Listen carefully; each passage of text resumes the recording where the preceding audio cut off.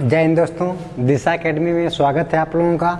आज आप लोगों के लाए हैं मुइजुद्दीन कैकुबाद। अगला टॉपिक क्या है? मुइजुद्दीन कैकुबाद। मुइजुद्दीन कैकुबाद गयासुद्दीन बलबन के बाद भारत इस दिल्ली सल्तनत का शासक बना था। मुइजुद्दीन कैकुबाद, देखिए अब पीछे आप लोग पढ़े हैं कि गयासुद्दीन बलबन के शासनकाल में उनका दरबारी कौन था? अमीर हसन अमीर खुसरो। तो अमीर खुसरो उनका क्या था? दरबारी था। अब अमीर खुसरो को बोला था ये गयासुद्दीन बलबन कि अमीर खुसरो के पुत्र कै खुसरो को कै खुसरो को बनाया जाएगा, दिल्ली सल्तनत का अगला शासक घोषित किया जाएगा। लेकिन जब उसकी मृत्यु हो गई 1287 में, तो 1287 के बाद कै खुसरो को हटा करके मुइजुद्दीन कैकुबाद यहाँ का ये शासक बना। मुइजुद्दीन कैकुबाद शासक बना। आप लोग सामान्य तौर पर देखते होंगे कहीं जो व्यक्ति कुछ थोड़ा चलाक वलाक पढ़े लिखे या जो लोग शहर टाइप होते हैं, ये लोग हर जगह अपने काल भोजपुरी में कि घर 3 बेर जेकरे घरे वो रहन आला वह तन चलाक बनला। और लड़कियां नो पे हुआ जवन 3 बेर घरे से लड़की भागल है वह सोन कहेंगे तो थुआ मेरा कानून कायदे में। तो ये कै खुसरे को हटा करके इनका जो मंत्री था 5 मंडलों का, एक मंत्री था काशी को छोड़कर एक मंत्री था लखनऊ का, ये जाके वहाँ गद्दी पर बैठ गया। मुइजुद्दीन कैकुबाद इनको गद्दी पर बैठाया गया दिल्ली सल्तनत पर। ये था ये शराब और स्त्री प्रसंग में बहुत व्यस्त रहता था। शराब और स्त्री प्रसंग में, जैसे एक और शासक के बारे में आप लोगों ने पढ़ा है, रंगीला बादशाह। रंगीला बादशाह भारतीय इतिहास में किससे कहा जाता था? मुहम्मद शाह। रंगीला बादशाह, वो रंगीला बादशाह वो बिना वस्त्रों के ये सुनाता था फैसला सजा हो जा। और कभी कभी तो ऐसा होता था कि वह बगैर वस्त्रों का या स्त्रियों का कपड़ा पहनकर घूमने लगता था स्त्रियों में। तो स्त्री प्रसंग और शराब स्त्री प्रसंग मुइजुद्दीन कैकुबाद इससे परेशान हो गया। ये सब अधिक करने लगा, इसलिए इसका जो शासन था धीरे धीरे डवाडोल होने लगा। और मंगोल, इसी के शासनकाल में मंगोल ने कैलाश मानसरोवर को अपने कब्जों में ले लिया। मंगोल अर्थात जो हमारे पश्चिमोत्तर प्रांत के मंगोल उलान बटोर, ये मंगोल वाले थे? मंगोलों ने कैलाश के मानसरोवर को, यहाँ मंगोल सब विक्रमादित्य के शासनकाल के पहले से ही भारत पे हावी हो रहे हैं। और हावी होते होते जो मुगल वंश की स्थापना किया जहीरुद्दीन मोहम्मद बाबर, उसका पिता था उमर शेख मिर्जा और कुतुब निगार खानम जो मंगोली थी।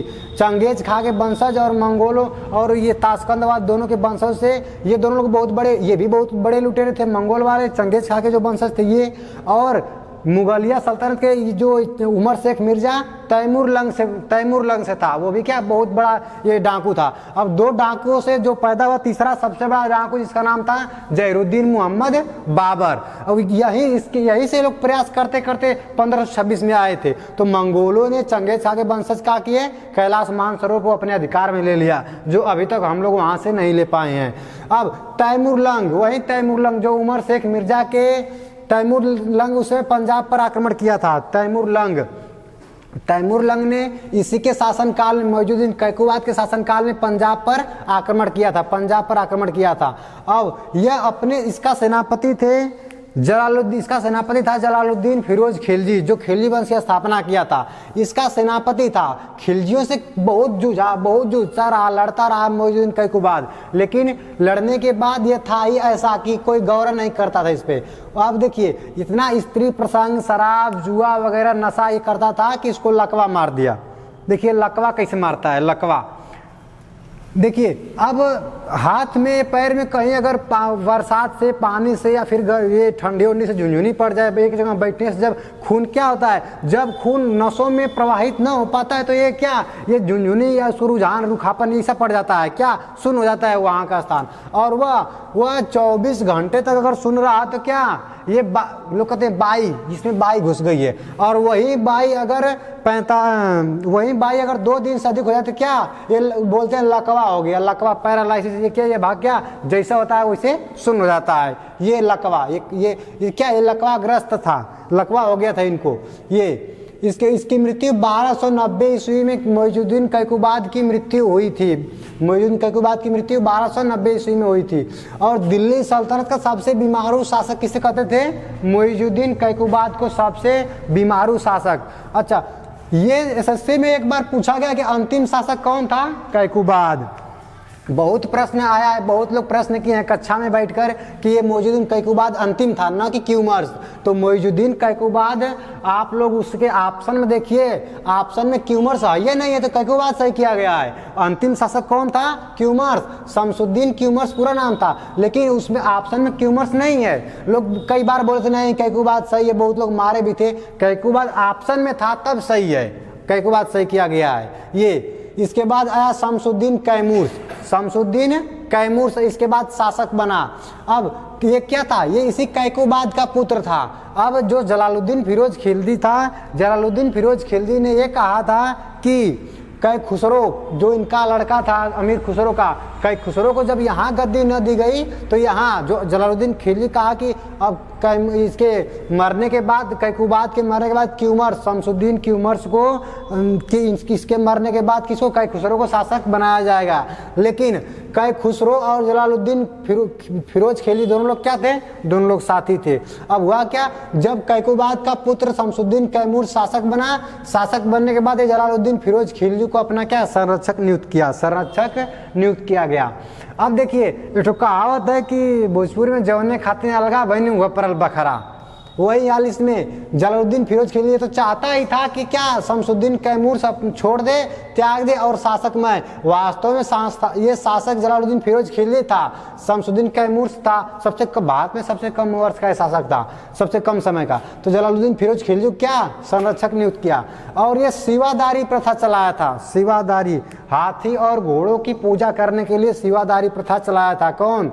ये शमसुद्दीन कैमूर, शमसुद्दीन कैमूर। लेकिन इसके बाद वाला जो यह खिलजी वंश आया, खिलजी वंश में घोड़ा को दागना, हुलिया, सैनिकों का भाव लिखना, जिससे आप लोग पेपर देने जाते हैं तो लिखते हैं कि ए मोल ऑन राइट चीक, दाहिने गाल पर एक तिल, या cut off mark whole eyebrow. मतलब ये हुलिया लिखना कि कौन शासक गोरा है, कौन काला, कौन कहाँ कटा पीटा है, ये सब। इसके बाद आया था हाथी और घोड़ा की पूजा को सेवादारी प्रथा कैमूर्स ने चलाया था। और देखिए, इसके बाद भारत में सबसे कम शासन करने वाला कौन शासक था? क्यूमर्स, शमसुद्दीन क्यूमर्स। 1290 में इसकी मृत्यु हुई। 1290 और 91 में नहीं आया तब तक क्या इसको ये सब क्या कि सब हत्या कर दिए। जो इसका संरक्षक जलालुद्दीन फिरोज खिलजी और कै खुसरो, अमीर खुसरो के पुत्र, दोनों लोगों ने क्या कि इसकी हत्या कर दी। हत्या कुसंग महल, ये प्रश्न पूछा गया है ग्रुप डी में कि दिल्ली के कुसंग महल का, कुसंग मतलब होता है गलत संगति। दिल्ली के कुसंग महल का इसका स्थापना किसने किया था? तो किसने? शमसुद्दीन क्यूमर्स ने 1290 ईस्वी में ये दिल्ली के कुसंग महल की स्थापना किया था।